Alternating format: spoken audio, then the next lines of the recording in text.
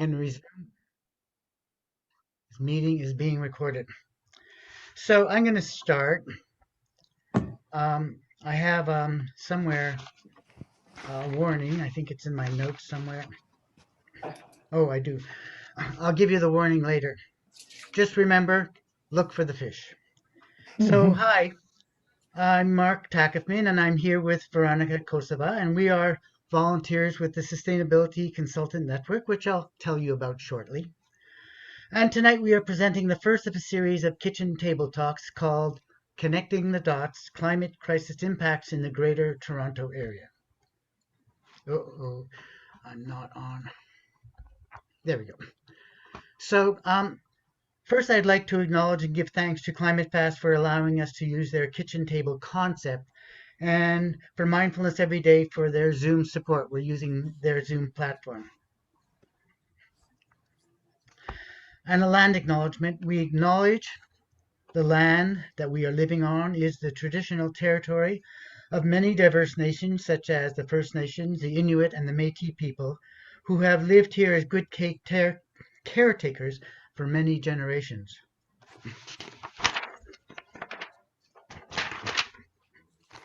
We also acknowledge, ooh,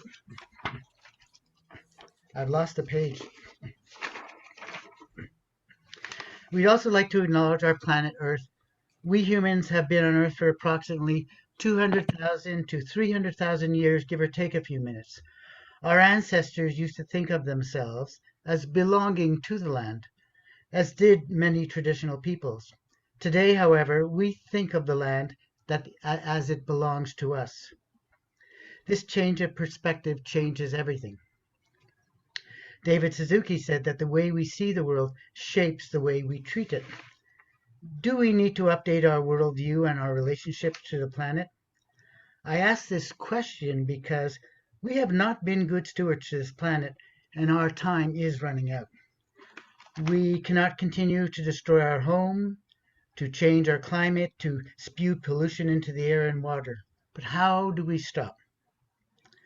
I am suggesting that we stop by remembering we belong to the land again and by working towards a worldview that values kindness towards the planet and towards everything that lives here. Not only can we do this, we must do this. So this series is about that. It's about looking at some of the climate crisis issues and explore mitigation ideas that we can employ that will hopefully take us forward into a better, safer, and kinder direction. So let me go back to telling you about Sustainability Consultant Network, or SCN. It was founded in 2016 by Jeff Leung and is now under the co-leadership of Charlotte McDevitt, who's here tonight, and Stephen Poon, who's also with us. Our mission, as you can read, is to act as a catalyst to inspire people and build a community, people like you, to facilitate meaningful discussions and help make changes to reduce our environmental footprint. I got a notice saying my internet connection is unstable. Why connect with us? I'm asking you to connect because in the past we have had lively lectures and interactive in-person events. Remember those? We can soon, I think, have them again. And site visits of all which we went to, which are all focused on environmental themes and were all great networking and knowledge-sharing platforms. Our next event in this series of Connecting the Dots will be about the climate crisis health effects and eventually energy issues in the GTA and many more issues. We are looking for speakers, and if you know any, have them connect to us. And one more thing, if you have any questions or comments, put these in the chat, and Anna will be trying to get these back to us afterwards. Okay. 33 years ago, back in June of 1988, NASA scientist Jim Hansen told the U.S. Congress that global warming had already begun to affect the world and would only get worse. We read and hear about the effects of climate around the world, which we now call the climate crisis or the climate emergency.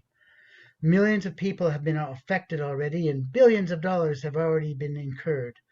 So far, we have heard only a few such effects here Hold on, my pages are mixed up. In the Greater Toronto Area, and we think we are relatively safe. And I submit that this is something I think we think incorrectly. So this series again is about those impacts happening now in the Toronto area due to the climate crisis and a few mentions of impacts around the world, some of which will affect us here as well, all of which demonstrate our interconnectedness to the world. We will also look at possible mitigation efforts to give ourselves some hope. Our hope is that we will help you connect the dots on the issue of climate change, how it's affecting us, and only will get bigger and much worse, as Jim Hansen said. So what are some of these issues? I've been looking at the impacts around the world, and I started to note the ones that are happening here. Even though some are seemingly minor, I found so far at least 24 different ones, and there are probably many more that I've missed. For example, some of the impacts are concerning food, health and disease, insects, biodiversity, insurance costs, air quality, flooding, drought and extreme weather, tax increases, and yes, more pandemics. As we do these series, these impacts will be grouped into categories, and today we will focus on the issues surrounding food, food prices, food security, and food nutrition. Veronica will tell you about the food issues, but a warning. She has done a lot of good research and has a lot of details, so I know it'll be hard to pay attention, but pay attention. Veronica, take it away. Thank you, Mark. So let's start. So as you know, food is at the center of our lives. We need healthy, nutritious food to live as much as we need clean air to breathe. This, however, becomes more challenging every year. Today, I would like to talk about impacts of climate change on a few different aspects related to food, such as food prices, food security, and lastly, food nutrition and safety. As we all have certainly noticed, especially this year, the prices of our food are continuously increasing. New COVID pandemic plays a big role in it.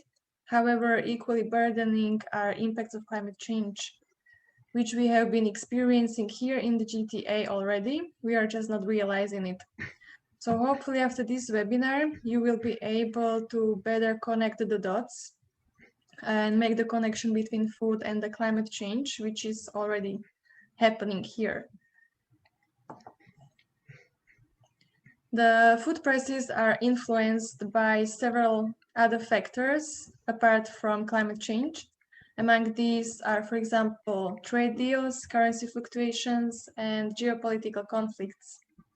In 2020 and this year, the food prices are being severely affected by the global pandemic and its consequences, such as closures of borders, food facilities, increased food safety protocols and preventative measures, and shifts to e-commerce. In 2020, the average family of 4 with 1 cat and 2 goldfish in Canada spent approximately $12,500. In 2021, the same family will spend around $13,900, with food services being excluded this time, which means that the cost of food ordered from a restaurant is not included. So this means, Veronica, if I can interrupt, this means that the 2020 included those foods from restaurants, so the jump is much higher. Exactly. The biggest price increase in 2021 will be seen in prices of bakery, meat, and vegetables.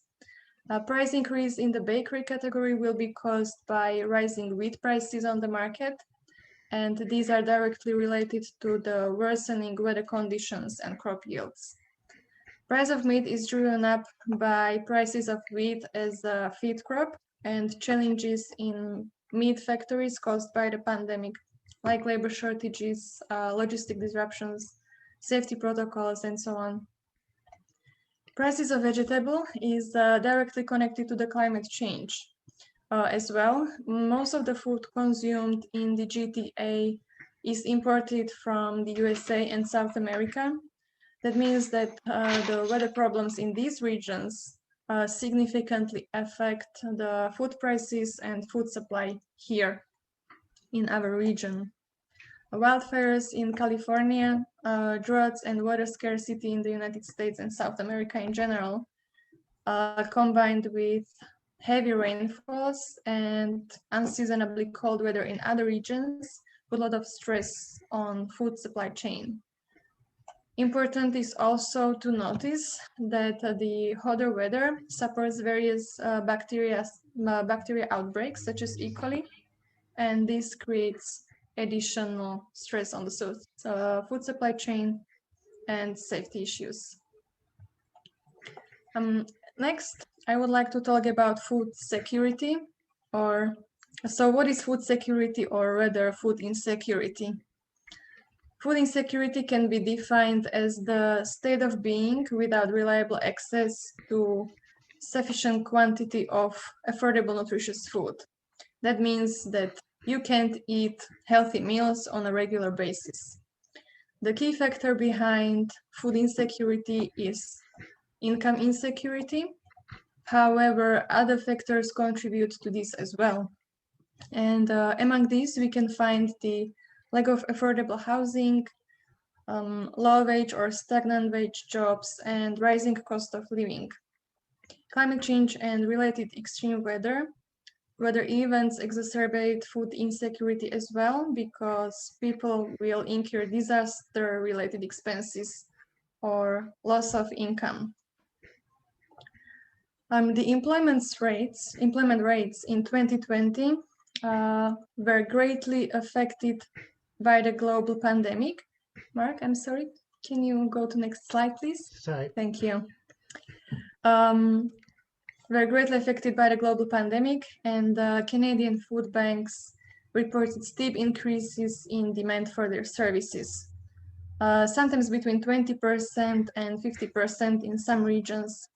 That means that 1 in 7 Canadians reported that they experienced food insecurity. These numbers can be even higher, and food security in Toronto was on the rise already before the pandemic.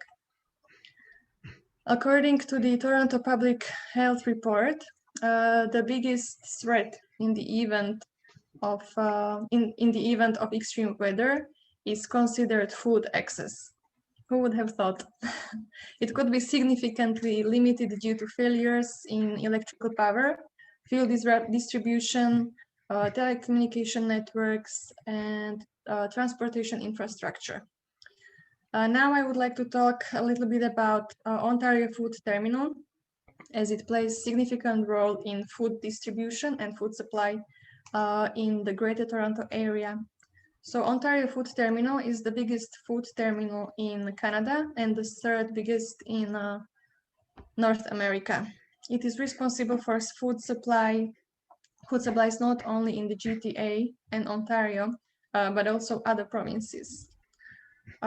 So to better imagine its dominance, over 5 million pounds of fruit and produce is sold here every day. The second biggest problem, apart its dominance on the market, is problem with the food terminal that is located in the flood zone. The terminal's electricity backup is also not in appropriate condition, and it might not be able to support all facilities needs in case of emergency. Many of the small retail stores are also located in flood zones, and they won't be able to cope with the extreme weather as their bigger counterparts, mainly due to lack of finances, and most likely they will stay closed, also because of power outages, and because of power outages. Lastly, food access in parts of Toronto's inner suburbs, such as York, Scarborough, and Etobicoke, will be disproportionately impacted by extreme weather events because of lack of large food retail stores, higher rates of food insecurity, and numerous older residential high-rise communities. And there are 3 types of extreme weather which will occur in the region most often. And these are flooding, extended heat waves, and severe ice storms. All of these will, of course, become more intense with climate change, with progress in climate change. Finally, I would like to talk about food nutrition and food safety and how climate change is affecting them. So with regards to food nutrition, as most of the food in the GTA comes from other parts of the world, as already mentioned, mainly from USA and Mexico and other South American countries, we need to consider the impacts of climate change in these regions as well. As you can see, food systems are really closely interconnected.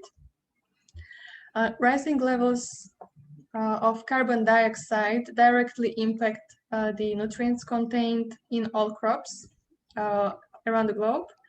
It is true that plants grow faster due to higher levels of CO2. However, quantity is not quality. The plants have on average more starch, less protein, and fewer vitamins. And according to one study, to get the same nutritional value from one tomato grown 50 years ago, you would have to eat at least 10-15 of today's tomatoes. And unfortunately, this applies to many other produce. Unsustainable practices in agriculture play also a big role in this. So let me add, Veronica, let me add in. I read a study that said plants do grow faster with more CO2, but some of them grow so fast they actually don't produce seeds. So that could be an issue in the future. So that's another issue. We will not have food. So unsustainable practices would be a topic for a separate webinar. Use of harmful fertilizers and growing monocultures vastly harm the soil and, as you can imagine, further depleted from nutrients. Researchers found that when food crops such as wheat, corn, rice, and soy are expected to CO2 levels at levels predicted for 2050, the plants lose 10% of their zinc, 5% of their iron, and 8% of their protein content. In general, the protein content of produce will decrease by almost 10%. These deficiencies, as you can imagine, represent major risks to people's health. Malnutrition is a big problem already everywhere, and unless we take steps to solve this, we will face even bigger detrimental health problems. And with regards to food safety, in the case of an extreme weather event, food safety can become a critical public health issue. Improper food safety and sanitation practices across food system, including at processing facilities and distribution sites, food retail stores and restaurants, also homes, can lead to severe food-related illnesses from the consumption of contaminated food. Prolonged power outages can lead to bacteria built up on perishable food stored in refrigerators and freezers, making them unsafe to eat. The loss of power also limits the ability of households to prepare hot meals and may lead to improper food handling. And furthermore, domestic water supply in high-rise buildings will most likely not work during power outages, and this will also affect the cleaning of the food. And in relation to food sanitation and inspections, as there's only limited number of inspectors, they wouldn't be able to inspect all facilities affected by the weather event. And the areas hit the hardest, of course, will be prioritized, as well as facilities most vulnerable to food safety, such as hospitals or full-service restaurants, daycare. However, this won't ensure the required extent of inspections in such an important situation. So this would be all from my side regarding the facts. Now we will follow with discussion and talk about more positive things. So Mark, you can take over, please. So, how many people heard how many fish there were? Put it in the chat. So, there is a lot of good stuff happening. There's in Toronto, I discovered there's over 100 community gardens, and there's got to be one near you, and you can find them. Anna, could you put the link up in the chat as to how to find them, or you can look it up on the internet yourself. This is one church group which has its own community garden, and you can see they put a lot of good stuff out. And then in Toronto, there's a lot of great organizations like the Toronto Community Garden Network, and there's Sustain Ontario. Both of these organizations have tons of information and connections for you to share. Then there's another wonderful project called Project Drawdown. It's a fantastically researched collection of over 100 research actions that can be taken. They're on a Facebook page, or they're also on projectdrawdown.org. And one of the interesting things I found about this, what they found was worldwide, that is, not just here in Toronto, you can reduce CO2 by 85.42 gigatons just through educating girls and family planning. And that has a tremendous effect on reducing CO2. On a personal note, I live in a high-rise condo and grow my own veggies out on my balcony, and so does Veronica. This is what my vegetable garden looks like. So if I can do it, anyone can do it. So the question now is, what can we do? And the operative word is we. Because although individually, I can do lots of stuff, but it's the we that makes the difference. Veronica, you want to tell us about urban gardening? So I believe that everyone has skills or can develop skills to grow their own veggies. It's not very hard, and with proper tools, yeah, I don't think that there should be an issue. So growing your own food, some say, is a radical act against the main industries out there. Can I throw in that not everyone has access to a garden? No, but you can. Well, we'll get to that. That's a good point. That is true. But for example, me, I'm growing my plants on a window ledge in a living room, and few of them I have on balcony. Yeah. So it's not. There are not that many, but I still have whatever I can. There are community gardens outside your home which you can still support or be a member of, and go there to access your own little patch. And they're lots of fun, lots of people doing stuff, and you share growing information. We have one here, and I love going there because once a year they have markets where they sell their stuff, and they have contests and stuff. So it's a wonderful community aspect. You can make your own compost, and there's lots of information on how to do that. I don't make my own compost here, but we do have a compost collection that the city picks up for the whole condo. So it all goes down and it gets put into the city compost. Veronica, tell us about gleaning programs.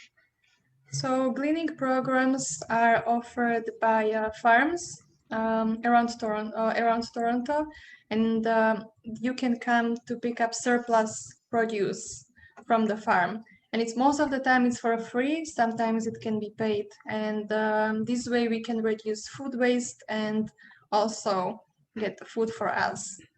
So it's a win-win for everyone. And then there's diet, which a lot of you know about, the importance of eating a plant-based diet. But I understand that can be very difficult for some people. So if you can at least start to reduce the amount of meat you eat, or go to buying organic meats, that would make a big difference. One study said that just by 10% of people getting off a meat diet would make such a tremendous amount in the reduction of greenhouse gases. I think the Project Drawdown pointed that out. Buying local is also another very important thing we can do. It also means food doesn't have to be transported as far. And probably we're going to see more local buying because a lot of the foods we're buying from California and South America are just not going to make it here anymore because of the droughts that they're having. So if you have any good ideas, put them in the chat and we'll catch them later. So we've offered you a lot of doom and gloom and a bit of positive stuff as well. That's putting some feelings into you that's saying, well, what's going on? So how do you feel about this? You can unmute yourself and you can talk about this. And do you have any questions? And before we get to that, be sure to visit our website as well. So let me escape out of this and stop sharing. So, hi Patrick, glad you showed up. So if anyone has questions they'd like to speak out loud, let's go ahead and hear what you have to say.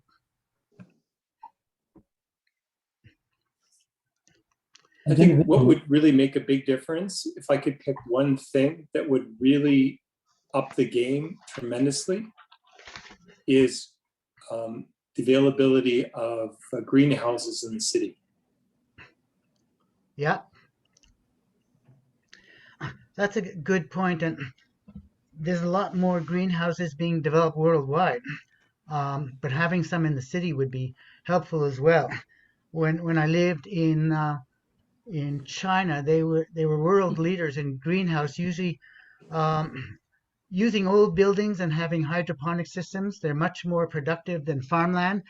They use about 85% less water, and yeah, it's a wonderful thing to have. So you're right about that, Grant. And the one advantage to greenhouses that you maybe didn't touch on, but it's pretty obvious, that you can grow all year round. Whereas here, we have winter and it's hard to grow during winter months. Exactly. So that's what makes them more productive than soil-based gardening. And also, Dan had a question. That's why I meant. They also, you can grow faster. You can often grow an entire crop in 1 month because they're growing all the time and they have special lighting. The idea of whether they're organic or not, that's a debatable question, but basically they shadow organic farming. They're not putting in the kind of petrochemical pesticides into soil and land and air. So even though they might not be certified as organic, they basically are as close as you're going to get to organic when you have greenhouses like that. So that's a good point. Anyone else? Just on the line of greenhouses, that I think it's a really good idea that we have large greenhouse facilities in Toronto. I mean, our reliance on the US and South America, I mean, we have to being in the north, that's where a lot of our supply comes. And it's a nice step. I like the positivity of growing our own vegetables, which we do, but it's a limited amount. It's only going to supply a small amount. So I like the idea here in Toronto, the idea of greenhouses and having large facilities, because I think there's going to be a need to grow our own crops here in Toronto in the winter. Yeah, so Idan made a point that it might be costly in the winter, but don't think of a greenhouse like those glass greenhouses that would take a lot of heat. Think of them as indoor old buildings that already have heating systems in them. There where you can be growing indoors, where lots of trays are hydroponically grown. And that would put up the cost a little bit, but still cheaper than soil-based farming. Mm-hmm. Mark, Thank you, can you Stephen. mention a bit about aquaponics as well? Aquaponics is where you have water and fish. It's a more expensive system. It does work. It's harder to maintain because controlling the quality of the water and the fish is a whole other job, but certainly doable and probably good project for some restaurants who maybe have served fish and they want to have an aquaponic and vegetables growing for them. That's a possibility. I believe that there are some greenhouses built in Quebec. I think that they are more frequent there than in Ontario. So most likely it will be just a matter of time when they will come here as well. Yeah. So I want to go back to a comment Veronica mentioned about the nutritional level of produce from 50 years ago to now. We are losing nutritional value in our foods that we grow, that are grown on commercial farms, partly because of climate, because of too much CO2 in the air, but also because the fertilizers used on commercial farms that are not organic have limited nutritional effect on the produce. So they're putting in maybe 3 types of nutritional chemicals into the produce, and that's all the product is getting. So it's not a matter of having to eat 20 tomatoes to make up for it, because you might not be getting the same nutritional value as a tomato grown on an organic farm right now with lots of good nutrients in the soil. It's all what's in the soil that gives you the type of nutrition you want in your produce. So that's why growing stuff on your own is really important. And there was a question during the presentation. Given the problems with current location of Ontario Food Terminal, are there plans to move it? Not as far as I know. They will be just fixing it as problems will happening. So that'll be one of the issues. We'll fix it after the problem happens. And there is also a comment pointing out that on top of indoor greenhouse farming, vertical farming is also a good option because it increases productivity per area. And Yudan thinks that's a good idea, especially for condos in the city. Yeah, I think that's a great idea, and I think we're going to see more and more of that. When I lived in China, I designed a vertical farm that didn't require LED lights. It was designed to be an outdoor vertical farm, and it was 5 stories high. We haven't built it yet, but we come close. So we're going to see more and more of those because we can build these things in all types of climate conditions, from cold winters that we have here to desert conditions like they have, elsewhere in the world. Where water is an issue, vertical farming and hydroponic farming uses very little water. So I think we're going to see more of that because we're going to have to. So learning how to do it on your own, and you can buy small hydroponic kits for your home, which you can put right in front of your window and grow your own produce year round. Okay. In the Caribbean, and also Elon Musk's brother, I forget his name right now, where you got either hydroponics or aquaponics in a shipping container. Yeah. And they're totally self-sufficient. They run off of solar power. They catch their own rainwater. And some of them have got quite high tech with all the apps to, monitor the water quality. And it basically tells you what's growing, what you need to add, what you don't. So, I mean, there's some really interesting, and the yield on it is high. So like in hot climates like the Caribbean, where you can't really grow like strawberries and things like that, you can in these things. So yeah, I think we'll start seeing more of that sort of, technology coming out. Yeah. And another thing we'll see more of, which I didn't mention, was there are now indoor greenhouses or indoor growing situations which also control the atmosphere. So when you don't control the atmosphere, you're still left with the issue of too much CO2 in the air. So they're now actually having controlled atmospheres where they're taking it out and having completely automated systems. So yeah, Mr. Musk's system is a wonderful one. I saw that. I like that one. Expensive, but in the long run, if he can produce many of them, it might be the way to go for lots of small communities. I think his brother needs it on Mars. Oh, yeah. Yeah, that's true. Can you guys hear me? Yeah. Yeah. Okay, I was just going to say that we have all these high-tech solutions, and something that occurred to me and that I am not qualified to do or even really to speak about.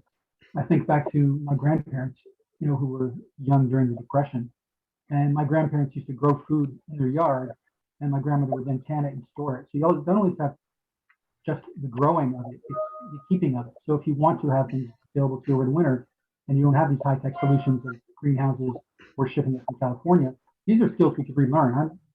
I'm not likely to relearn anytime soon. But it's just interesting. I never see this brought up, and yet I see the way my grandparents lived, and they were the last sort of sustainable generation, I think, in North America, and you see real value there. I don't know what to do with that. I just wanted to bring it up. No, that's a good point, and I didn't bring up the high-tech solutions earlier, or we brought them up later, because we did mention that we should be focusing on growing our own in our own backyards, in our own places, because our grandparents all did that, and still in many places in the world, that's what how people live, and that's what people do. So yeah, that's an excellent point, Patrick.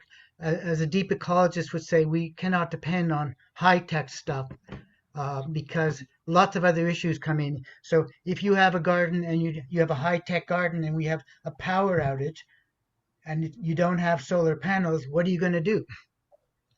So yeah, we should find ways to grow our own foods. Yeah. Another point I want to bring up, if it's okay for me to chip in, is one thing we often overlook aside from the nutritional contribution of soil to food is just the sheer amount of biomass that healthy soil has in it. And in healthy soil, it is a huge carbon sink. And a huge reason why we have so much carbon in the atmosphere, aside from human activity, is because we have sheer vast acres and acres of just dead soil that's bare, and monoculture crops year and year again. And if that was living active soil with a healthy microbiota, and it's able to capture and fix carbon, there would be so much less carbon in the atmosphere. It would be a much richer soil, a much more nutritious soil, and it would be providing much more nutritious food.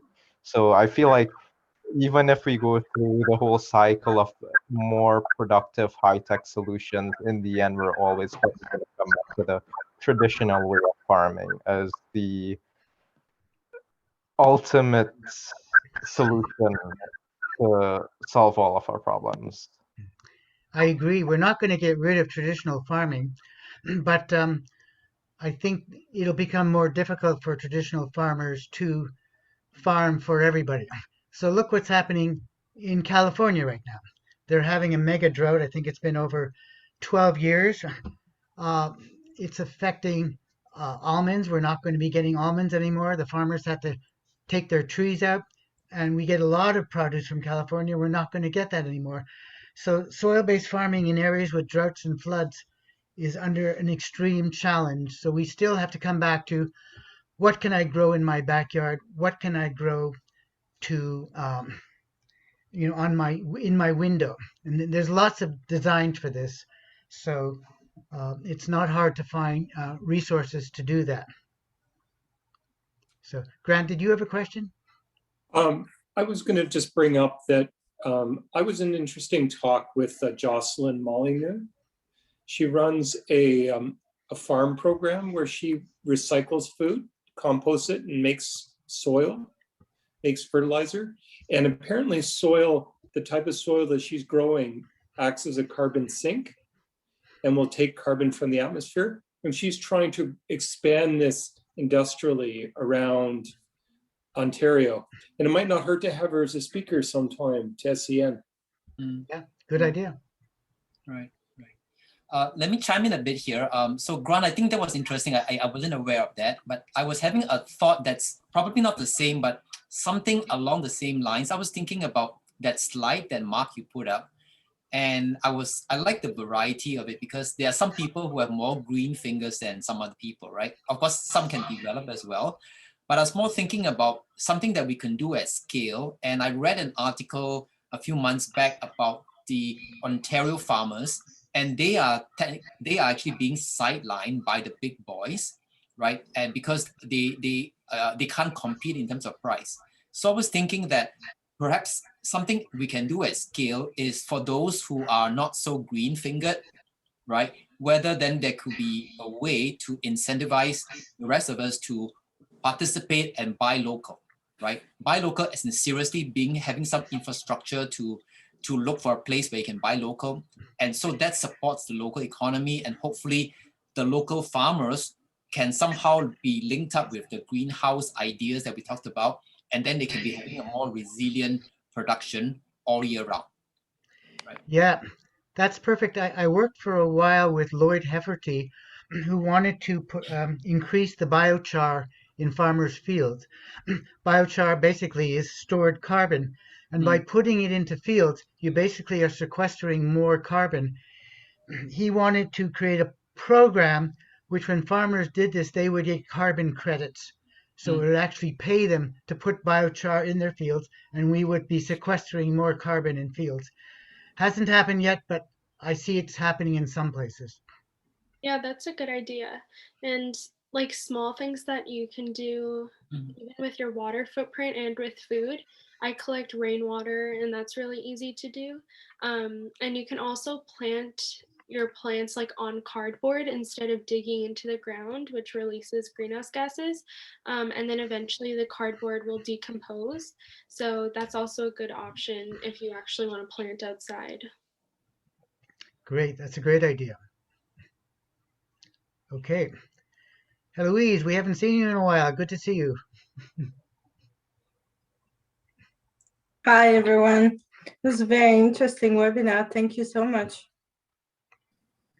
It's a really good input. I was looking at recently a program, I believe it's in California as well. This man has started planting fruits and vegetables on the lawns and the sidewalks. And I found that this was really. Oops. Oh, Sorry, we lost you. you. Heloise, we lost your sound. To restart her computer, probably. Okay. Put it in the chat, Heloise, because we lost your sound. Thank you. I looked up to see, can people grow vegetables and produce on their front lawns? I mean, in the back lawn, there's no problem. I mean, if you have the capacity and the sunlight and stuff for it. On the front line, in some areas, you can, in some, you can't if the produce goes above a certain height. So it's interesting. You're going to have to look up for your particular municipality in Scarborough or Etobicoke or wherever what you can do. And if you can't do it, I would get on the phone to your counselor. Or it also depends on the quality of the style. Yeah. That's pretty much what this person did. He started by planting, and then he got the council involved when the city hall asked him to remove his plants. And that's how he started an entire organization. This is really impressive. Yeah. But by making your own compost from your own vegetable and putting that in your own garden, that actually improves your soil. Your own compost can also take out lead that's in your soil. So that's another reason why you should make your own compost. I remembered when I was working like part-time for City of Toronto at Environmental Day, they offer those compost generated from the city what's that? Compostable garbage, yeah. Yeah, I remember that. Yeah.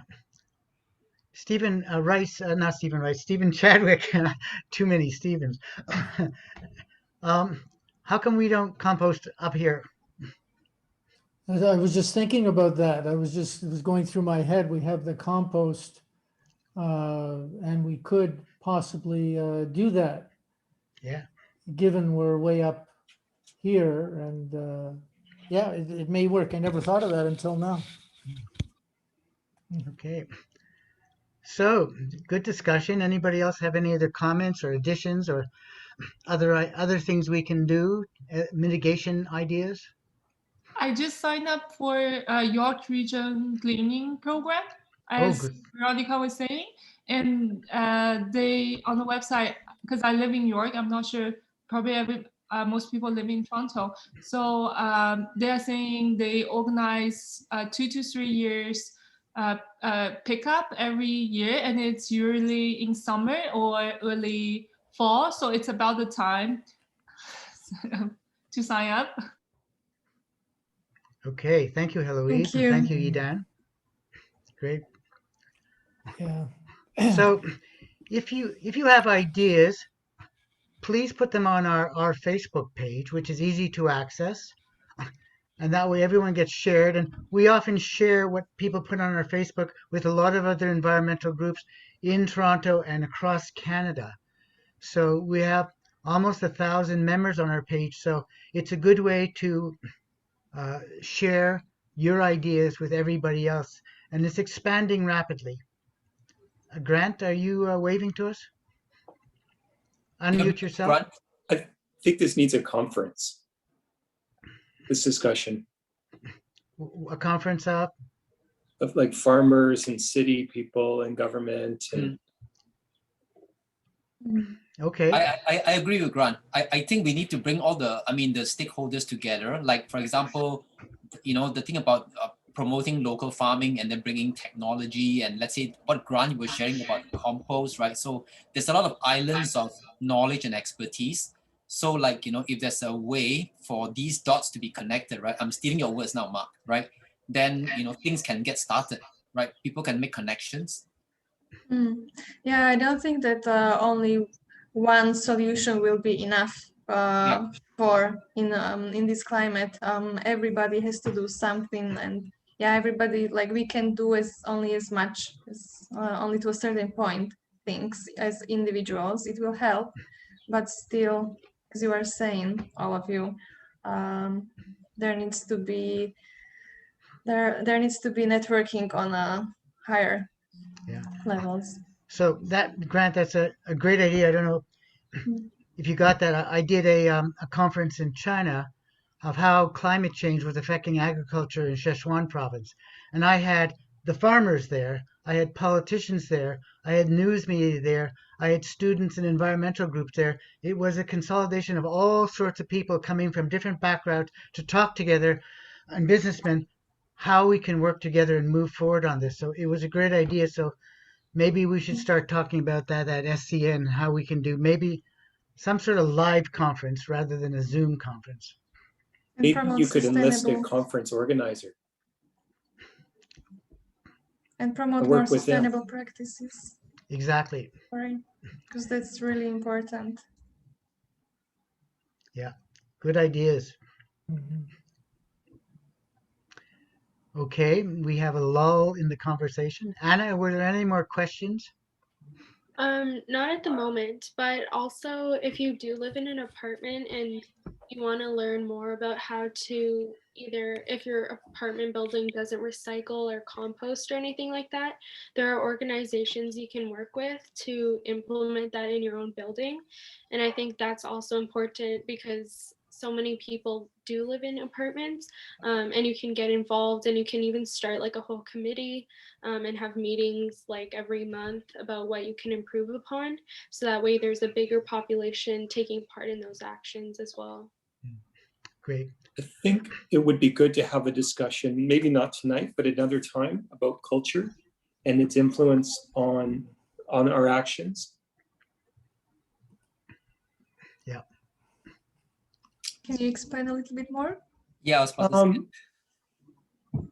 I think that, like, for example, people who live in certain types of housing don't recycle properly. They don't compost. I think it's partly due to knowledge and partly due to they don't care. I think there's so I think that you have to work on that culture of knowledge, of ignorance, and changing that and making them more cognizant and giving them incentives and all that stuff. So I was hoping that to a little degree, that's what this series would do, to help people connect the dots and give them incentive to make changes in their lives. So we would start off as we did with the doom and gloom, what is happening, and then where they can go forward, and then have this conversation like we're having now of different things we can do and how we can connect back into our community. So for the next conference in this series, we'll try to reach out to many more people and maybe have a better marketing plan to bring that idea together, Grant, because that's what it is we're trying to do here exactly.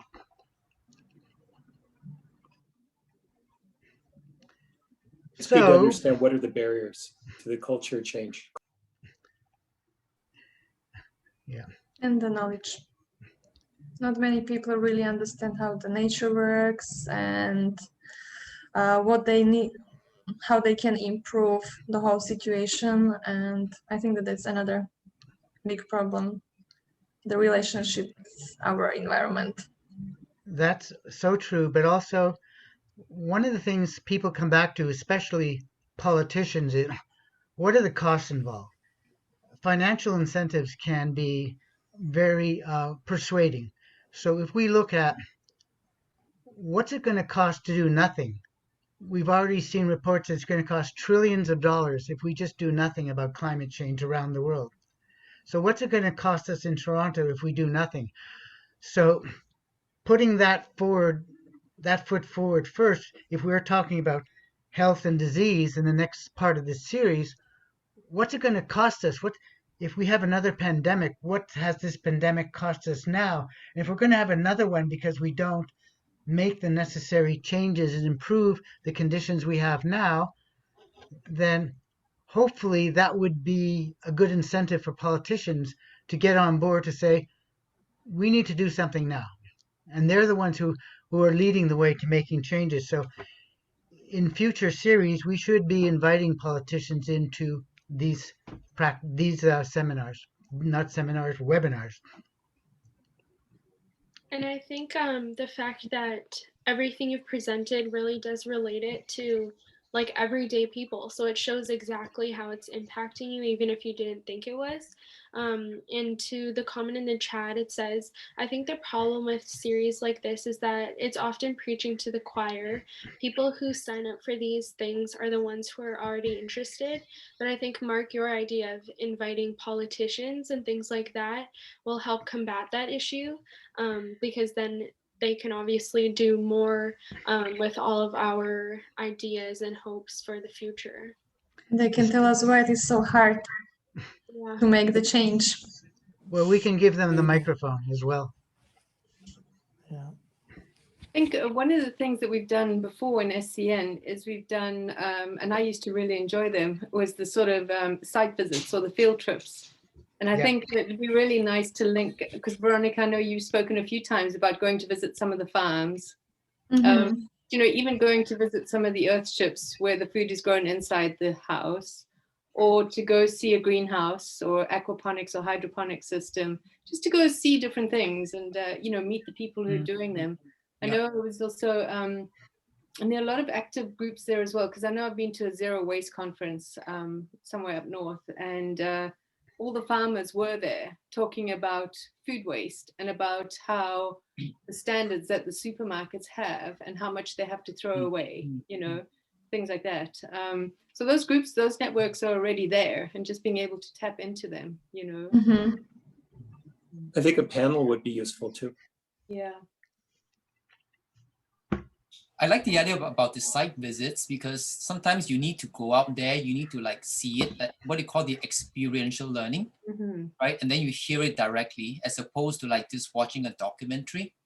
So yeah, I think it's something we can really consider. And now with, you know, like the reopening of the economy with the vaccination, I think these things are going to become quite possible, quite practical in the next couple of months. Yeah, especially if we're outside, let's say on a farm. Yeah, exactly. That would be easy. Yeah. Okay. We can go gleaming. Is that a verb now? Yeah, sounds like it. You can make it. That's right. I like it. Yeah. So Anna, could you put the link to the survey up now in the chat group so people could do the survey? Even SCNers, please do the survey. We'd like your opinions as well. That's a new term now, SCNers. Okay, what do you want me to call you? SCNers. Sieners. Yes. Sears. Kitchen table people, what? Kitcheners. Kitcheners. Sears, yeah. Okay, SCNers. We'll figure something out. So, any other comments before we wrap this up? And we'll probably post this at least to our Facebook page as soon as I figure out where the recording went. Last time I told it to record on my computer, but it went somewhere else to the cloud. I had to go find it. So hopefully it's on my computer now and I'll be able to put it online. I think the last comment I have is that City of Toronto has a Transform TO initiative. Yeah. They put it on hold because of the pandemic. Yeah. But I highly recommend people reach out to them and tell them to start activating it. And I don't know about where food sits in that plan, that program, but it should be included if it's not. Yeah. So Climate Fast with Lynn Adamson played a big role on that. So if anyone wants to contact them or Climate Fast, we're using their kitchen table platform. So we're still connected to all those resources. So good. I actually have a question for Veronica's content, actually. Good. You mentioned, sorry, I just remembered. You mentioned that because there are not many big food distributor or big like grocery stores, so in York region, Scarborough, or you mentioned like Brampton or some other. And Etobicoke? Sorry?